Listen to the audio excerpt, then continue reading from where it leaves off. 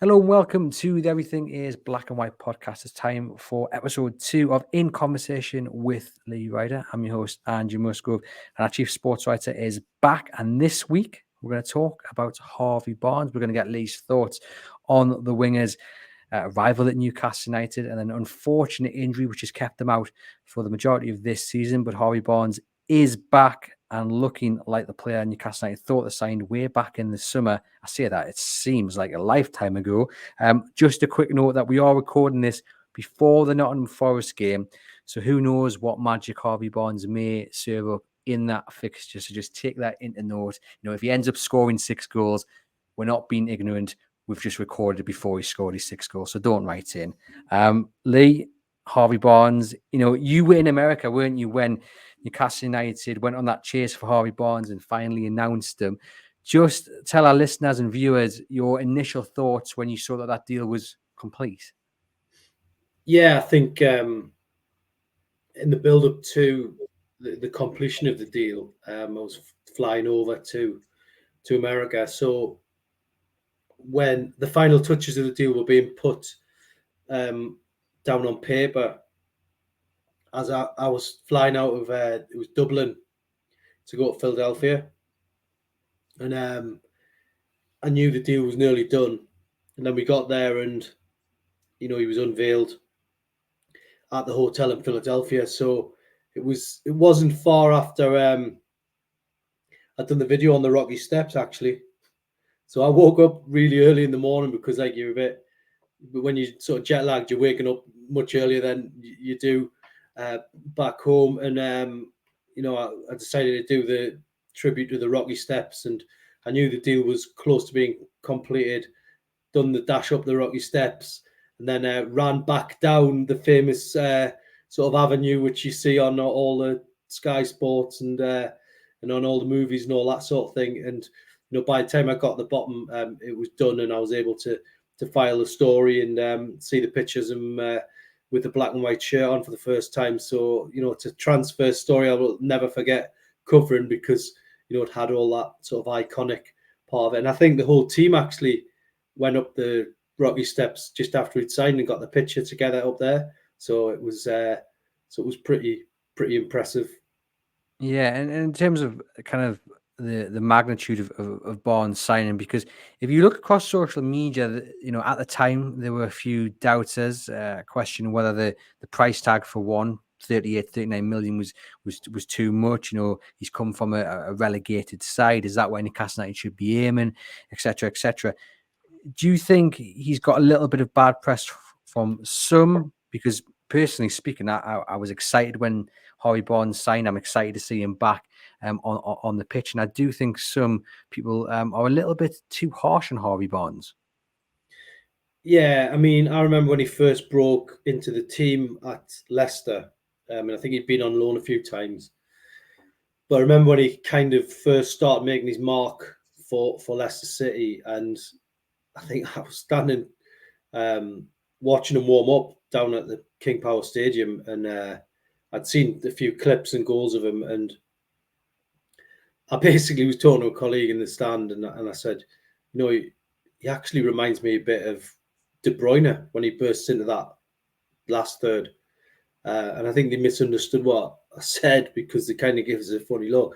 And I think they thought I was saying, he's going to be the next De Bruyne, which, I wasn't saying that. I said he's got that kind of, that explosiveness about him when, we've seen De Bruyne the other week at Newcastle, and he's got that pass through the middle and then bang, it's in the back of the net. And I think Harvey Barnes scored a similar goal against Luton on Saturday. I think that's fair I'd to agree say. with that. Yeah. Yeah. And so I think he has got something very special going on. It's been an absolute nightmare that he's been injured. I'll never forget that 8-0 win at Sheffield United, but I'll also never forget how disappointed Harvey Barnes looked as he sort of trudged back on the bus with the moon boot on, knowing he was going to be out for some time. And I think it's one where people have been counting down the time for him to come back. And just like he did with his home debut, I think he scored against Villarreal in the Sella Cup. Just like he did with his Premier League debut, scored against Aston Villa, set one up. He's come back in the team against Luton from his injury, scored again and caught the eye. So a really good signing still. What do you think Newcastle thought they were getting with Barnes? I mean, as I mentioned there, the 38, 39 million pound price tag, that's not cheap at all. It was a huge outlay, one of Newcastle's most ever expensive signings. What do you think impressed them enough to sign on the dotted line for Harvey Barnes? I think Eddie, the other day at his press conference, spoke about, what he did for Leicester, last season when they got relegated, still scored 13 goals, was still a threat. And I think if you look at his record, at Leicester City, I think he pretty much got close to 50 goals for them. And he's obviously a big part of, what they're doing, got into the international sort of status as well, didn't he? Got an England cap.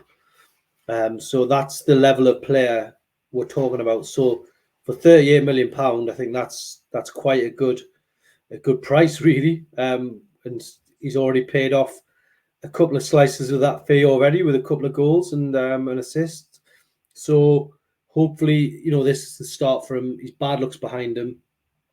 Don't think he'd ever been injured really badly before this one. So, he's going to be going into his peak years, hopefully with the best football in front of him. So good for Newcastle and good for him. Yeah, the last few seasons at Leicester, he played a ton of games, 36 games, 25 games, 32, 34 in the Premier League. So the injuries had has been a strange one. And like you say, he hasn't really had such a long layoff before. And we'll get onto that in a moment, the injury that he did pick up at Sheffield United. I guess, obviously, look, we haven't seen enough of Harvey Barnes to say, he's going to be a star at Newcastle. I think we've seen a little bit of hints that he's going to be a fantastic player and then he's going to justify that price tag. But is it kind of a nod to those who do turn their noses up at players who come from relegated sides or even championship sides to say, well, just, hold your horses. Don't judge a player necessarily on where they've come from. Look at the rounded stats. Look at how they perform, because sometimes, you've got to drop down the championship to sign the next big thing. There are plenty of examples of players who have come up and hit the ground running in the Premier League. And there are plenty of examples of players who've been relegated, who've just been unfortunate to be in a side that have gone down.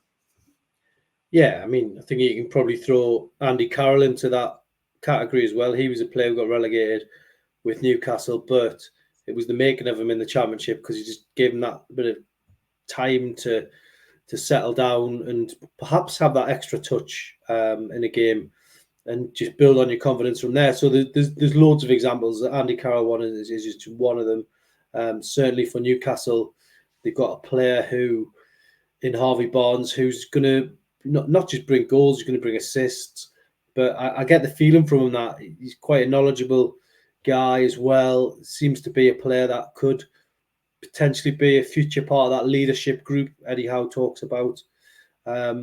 So experience in abundance already. He's only 26, but he's been around a bit and he's done well. So he seems like a very mature member of Eddie Howe's squad.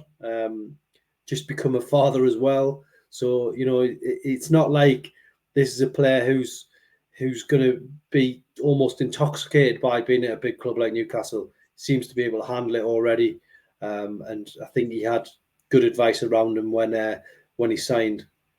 And when he did sign, what do you think the idea was from a Newcastle point of view? I mean, when I saw that he'd signed, my kind of initial thought was that he'd be ahead of in the pecking order. Anthony Gordon would be behind him because Anthony Gordon hadn't really found his feet at that time at Newcastle. He'd scored against Chelsea towards the end of the season, hadn't he? But he hadn't really shown the form that we've seen this season. And in a way, it's worked out quite nicely for Anthony Gordon. And obviously, he would have loved to have had Harvey Barnes competing against him and, maybe to sub on and off to give him a bit of a rest every now and then. But it's worked out quite nicely in the fact that he's had a free hit essentially at that left flank, and it's worked wonderfully. But do you think at the time of Barnes arriving, Lee, was it a case that Barnes was seen ahead of Gordon, or was it going to be a rotation idea? What do you think the idea was? Well, to be honest, I think both players can potentially switch sides as well. So I think you could at some point see them in the team together. Hopefully that's soon, because if you had one on one side and one on the other, and then Isak or Wilson in the middle, then that isn't a bad front three. I mean, I've just wrote a piece today actually talking about the potential of the front three at Forest, the City ground on Saturday night. You've got Isak struggling. You've got Gordon with twisted ankle. We'll have to see how he is. But you could potentially have Callum Wilson, Almiron, and obviously Harvey Barnes. So that's not a bad front three. I think most Premier League clubs would have that as the front three when they're all fit and firing. So we'll see. We'll see what the team's going to be look like in the future. But there's a lot of games to come. FA Cup as well. So let's hope they both get their fair share chances. And as I say, one day they might be in the same team together. I guess the idea was probably just to build a squad, essentially, wasn't it? To have those options to either change it if it's not going your way, or if someone's a bit tired or does indeed get injured. The idea would have been to have options to switch it up, and it's just unfortunate that he got injured against Sheffield United. A fantastic win down at Bramall Lane. It looked a very innocuous kind of blow to the foot, and to see him out for the initial period of time was bad enough. I mean, on that daily, I mean, obviously you would have been kind of swept away by the scoreline, but seeing Harvey Barnes, get injured, I bet you never thought he was going to be out for this period of time. Yeah, I mean, going back to that day, the moment that he kind of sort of pulled up with the injury, you're concerned that this could be difficult for Newcastle. Him going off 0-0, then the goals came. So at the time, it was a real worrying moment for him and everybody watching.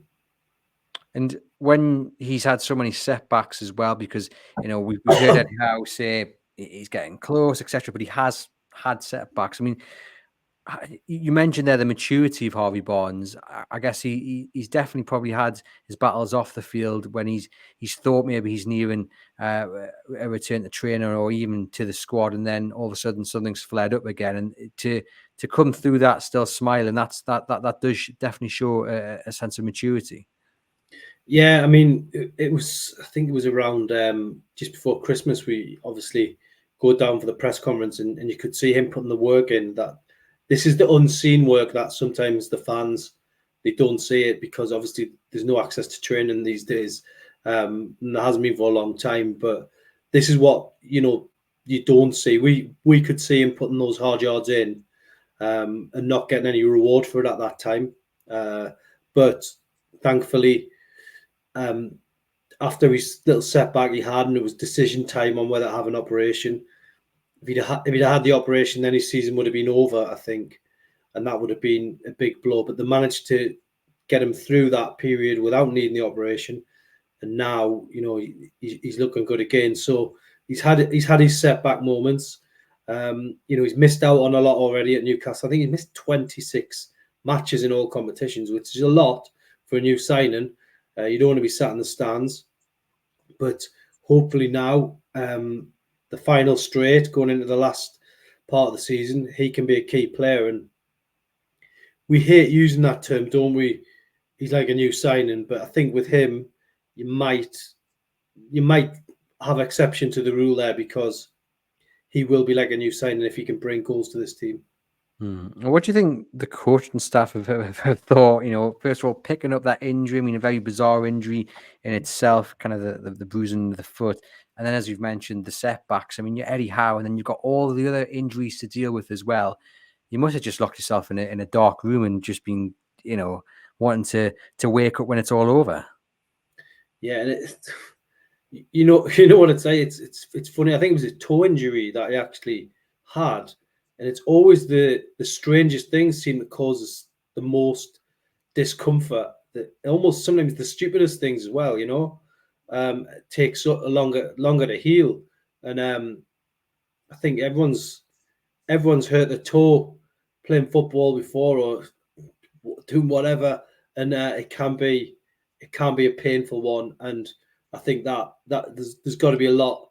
There's got to be a lot of unseen sort of things for him that, behind the scenes, he's probably getting more and more frustrated. I've come here with this big price tag on my shoulder. I've got a toe injury, which is stopping us doing what I love. So it's been a tough time for him, but so happy he's batting. So happy that he scored against Luton. It was just one of the great moments at St James's Park to see him get the goal. And, you know, I was lucky enough to get a few words with him afterwards as well. And I said to him, with your goal, it was almost like a bit of a rushed celebration. You didn't quite get the chance to enjoy it as much as you might. And he said, yeah, that's exactly what it was like. He said, if it's the winner in the last minute, you can really soak it all up. But he said, my only thought was to get the ball back, get it back in the middle and try and win the game. And that's probably a good example of the player that Newcastle have signed. He's not interested in the personal glory. He wants to get wins for the team. And I think that's so important. Yeah, it definitely is. And great to hear him speak with such maturity. And he also said after that game against Luton that he felt his season was over. He feared it would be over, which again is something really difficult to deal with when you're handed that possibility. And he must just be so overjoyed, and perhaps you can tell listeners what he was like to chat to in terms of his kind of mood. He just must be overjoyed to be back playing again. Yeah, he was. And, you know, there's been a lot of times where he's had to walk through the sort of interview area and he hasn't been able to do interviews. But, you know, he's a great guy in terms of, you know, talking to. I mean, obviously we haven't had a chance to get to know him too well, but the few times I've had to speak to him, he's been brilliant. And we did a big piece with him in the summer going back to America. You know, it was the heat of Atlanta. It was absolutely scorching, and he just put in like he was playing catch up with the pre-season fitness, and he just put in, you know, we watched him like running around the pitch for a good 20 plus minutes after they'd done the main part of the training, and it was exhausting just standing there in that type of heat. So it was, you could see what a hard worker he was, and I think the American fans, and the fans that had travelled over were like chanting Barnes in the USA at him from the stands, and you know it was all boding well for him at that point.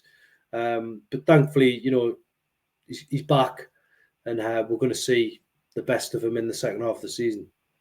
I guess everything you've just said there, you know, when you have spoken to him and his replies and his response, and just the fact he's got through this nightmare of a time, it's testament, isn't it, to Newcastle United's transfer approach. You know, we've seen Eddie Howe and Jason Tyndall several times talk about it's not just about ability, it's about how they apply themselves, it's about their attitude, and Harvey Barnes fits into that. And it's another tip of the hat to the scouting staff, to Steve Nicks and everyone who works with finding the next player Newcastle are going to bring in. Their approach is hard working. It takes a long time to get the dossiers, but hey, it seems to be working. And Harvey Barnes now just needs to add goals to his game to I suppose to become a real success. Yeah, that's it. I mean, I think the fact that he hasn't really had too many chances because he hasn't played, but the things that have dropped to him, he's really finished off well. He's got those couple of goals. As I say, in pre-season, he got a couple as well. I think he made his debut in the Premier League series and caused problems coming on over there as well when he wasn't fully fit. So it bodes well. But Eddie's trying to build something here. And I think in the next couple of seasons, he believes Harvey Barnes could be a big part of that. And on our first episode of In Conversation with Lee Ryder, we spoke about Alberto Solano, club legend, absolutely fantastic winger. I think we both agreed, Lee, that he's up on the top list of Newcastle United wingers. Harvey Barnes, if he can become half the player Nobby became at Newcastle United, then he'll do all right. Yeah, not bad at all, really. If you can get them type of figures, I'll not put too much pressure on him, but it's been a good start, and I think really if any sort of player who's not a striker, if they can get double figures, they've had a great season. I mean, you've got Sean Longstaff as we speak now. Sean Longstaff's got 6 goals for the season, so he's on course potentially get double figures.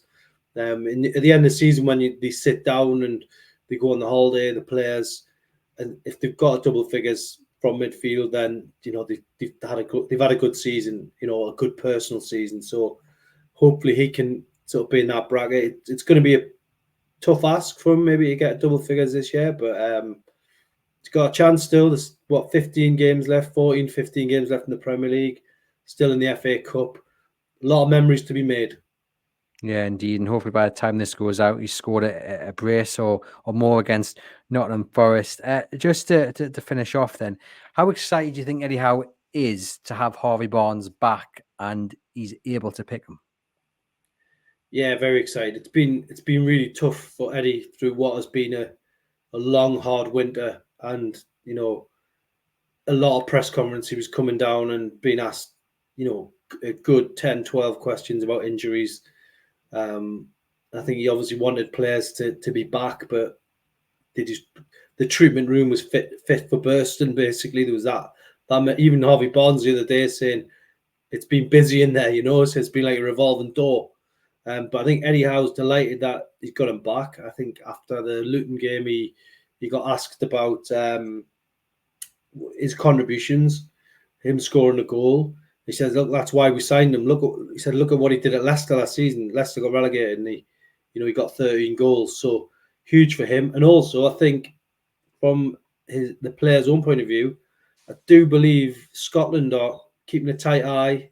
They can call him up if they want. So they're trying to keep tight reins on him and try and get him to play for Scotland. And look, he could have a European Championship to play for here this summer because he's still eligible to play for Scotland. So if he can get in there, then I think it's been a great season for him. If he's going to Germany with Scotland, that would be a big opportunity for him. Whether his England days have gone, whether that window of opportunity is past, I don't know. But I certainly know Scotland have been taking a good look at him, and they'd love to have him. Love to have him involved. A bit of extra motivation for Harvey Barnes going into the remainder of the season. This has been the second episode of In Conversation with Lee Ryder. If you guys listen and watch and want to get in touch with any suggestions of what we should cover in the future, you can do so. Contact either Lee on Twitter or myself, or email the EIBW podcast at reachplc.com with any thoughts or suggestions on topics, and we'll get into the best of them. Through wherever you join us from, whether that be on YouTube or the podcast channel, please hit subscribe, follow, and leave us a written review as well. For myself and Lee, we'll catch you next week.